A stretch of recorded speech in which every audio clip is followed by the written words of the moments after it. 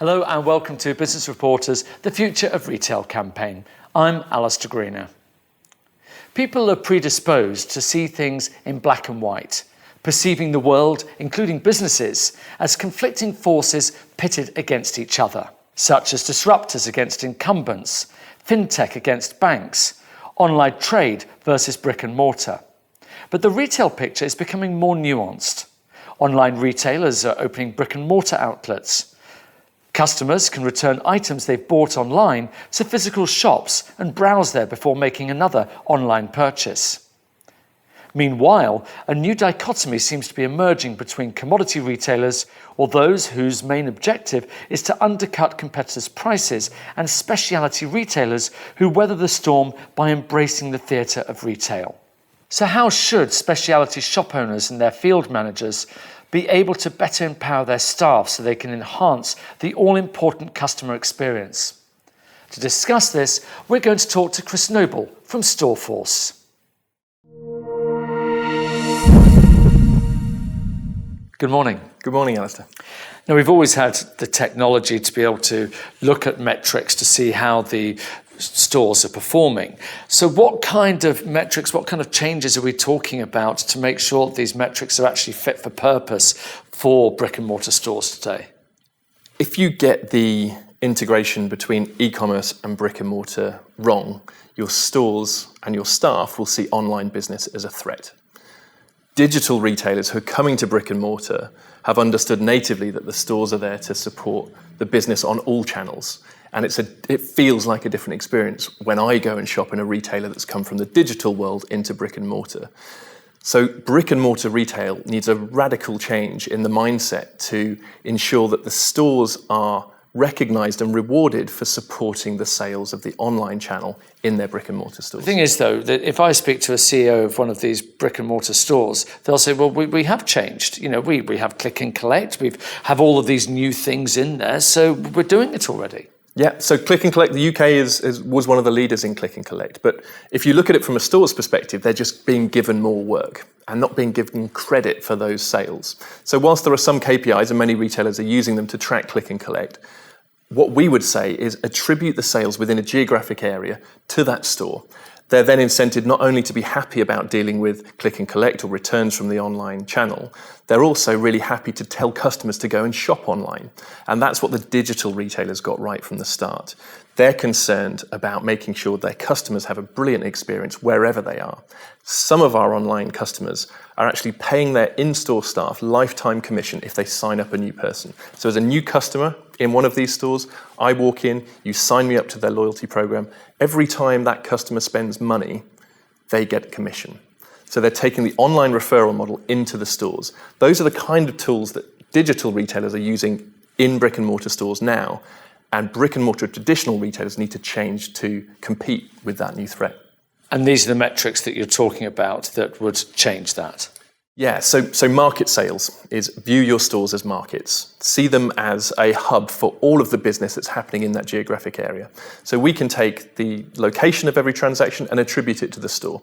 So you're crediting the store for the work that's being done in the store to support the online business. The second is available capacity. How much capacity does each store have and each team have to support the online business, whether it be online chat requests or pick and pack from store? These are all things that can be sent out to the store population to better utilise labour at times when they're not very busy. So let's use that, let's spend our money more wisely. And the third thing is really employee engagement, tracking, analysing who your best performers are, recognising them, rewarding them, thanking them for it, but also asking them to work at busy times is really crucial. You want your best people working at your busiest times. Now, many of our customers, once they identify their top performers, do things that help those employees without costing them a penny. Things like picking a 3-day weekend next month as the first choice because I'm one of the best salespeople in the store.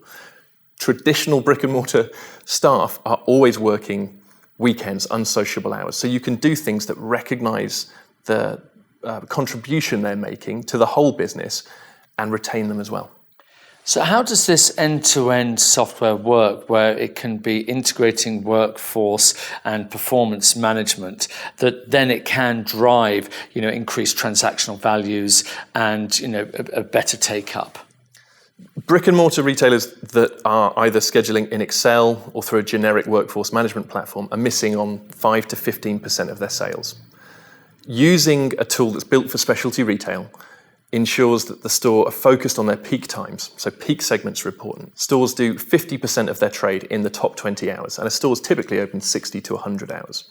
So you do most of your business in a very short space. It's easy to serve customers when you're quiet. It's very difficult to get the experience right at those busy times.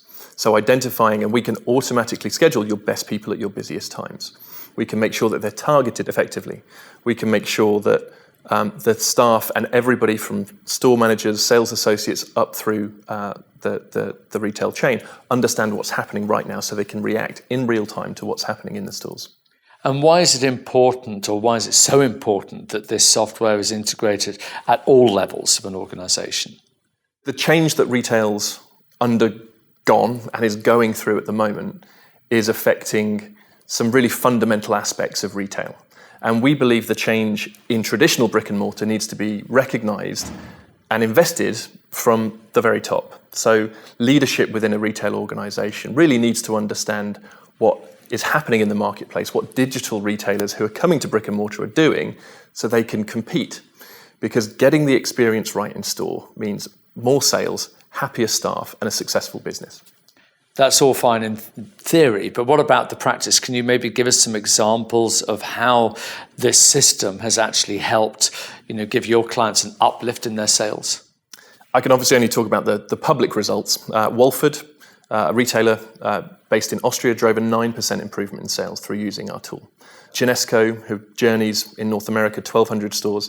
If you listen to their last quarterly earnings you'll hear them talk about the workforce management solution that they implemented overnight in all of their stores, and it's driven a significant uplift in sales. And most interestingly, on that call, they talk about an additional investment in workforce in their staffing costs. Retailers have been cutting and cutting and cutting staffing levels, often to the bone. They've not cut through just the fat, they've cut down so their stores are not providing the experience that they want them to. And when you use our tool, you're able to identify the peak times where a small investment in labour will often yield huge returns. What you've been talking about is now, but what about the future? What are we going to be seeing as future trends in the retail sector? Whilst retailers are reducing their footprint, they want the experience in the stores that they have to be phenomenal. They want every customer to be having a great experience, so they're not just buying today, but remaining loyal to the brand throughout their lifetime. So retail has changed. Investment in people is going to become crucial. Retail has traditionally been an industry where people go on close to minimum wage employment. And we think once you've been able to identify who your star performers are, you're going to want to invest in them. So there'll be competition for top talent. So we think careers for people in retail are only going to grow as retailers realise that their in-store experience is crucial to their whole performance. We've talked a lot about the paradigm shift that has to take place for retail to survive in the future in a new form. If you could encapsulate all of what we've been talking about into some key takeaways that our audience could use, what would they be? Think of your store as a market.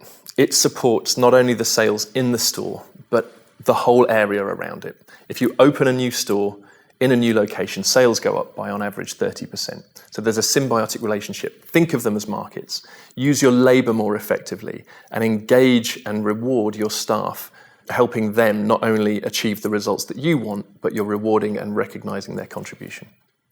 Well, we know that the retail industry is changing and everybody in the industry has to change along with it.